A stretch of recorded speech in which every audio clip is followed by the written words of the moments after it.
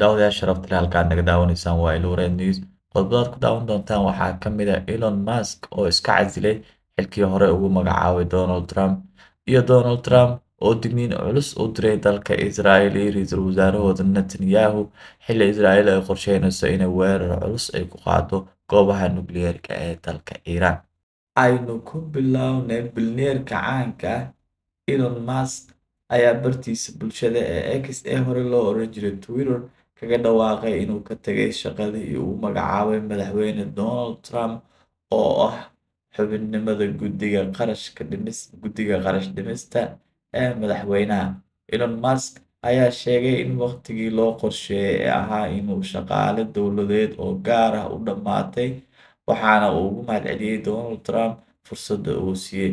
Waxa uu gacan weyn ka geystay olole ballaaran oo lagu dhimayo baaxadda tirada shaqaalaha ee dowladda Mareykanka, isla markaana kumanaan ka tirsan shaqaalaha dowladda shaqada laga ceeyay. Intii uu xilkan hayay, Musk waxaa la xiray hay'ado ay ka mid yihiin USAID, iyada oo lumiday shaqaale fara badan.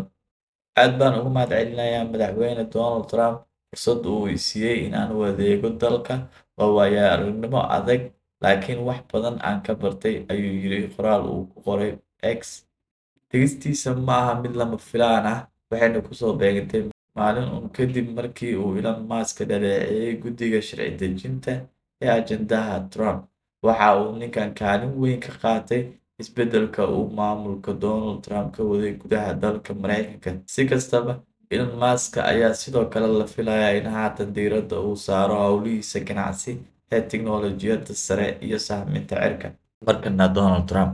Madaxweynaha Mareykanka Donald Trump ayaa Arbacadii sheegay inuu toddobaadkii hore ugu digay ra'iisul wasaaraha Israa'iil Benjamin Netanyahu inuu qaado tallaabooyin wax u dhimi kara wadahadallada nukliyeerka ee lala leeyahay Iiraan.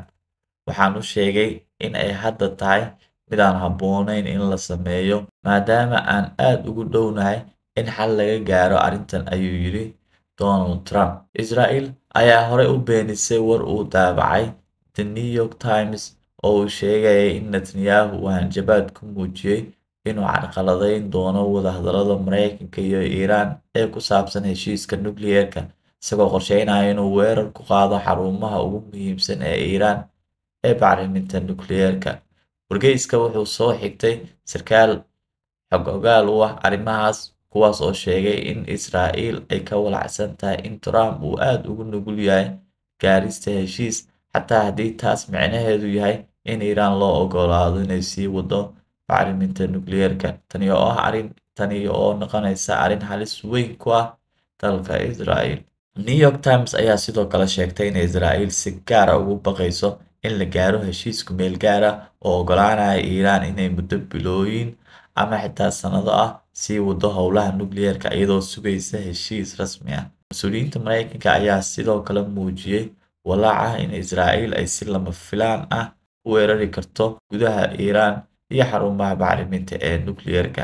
Warbixin sirdoon oo Mareykanka uu helay ayaa sheegaysa in Israa'iil ay diyaar u tahay amaba ay u diyaar garowday inay weerar ku qaado gudaha Iiraan. Xafiiska Netanyahu ayaa soo saaray bayaan kooban oo lagu sheegay warkaasi waa been abuur. Hase ahaatee, New York Times ayaa difaacday warbixinteedii ahayd inay warbixin sirdoon oo hoose ay soo heshay oo lagu shaaciyay in Israa'iil ay qorsheynayso in weerar culus ay ku qaado goobaha nukliyeerka ee dalka Iiraan.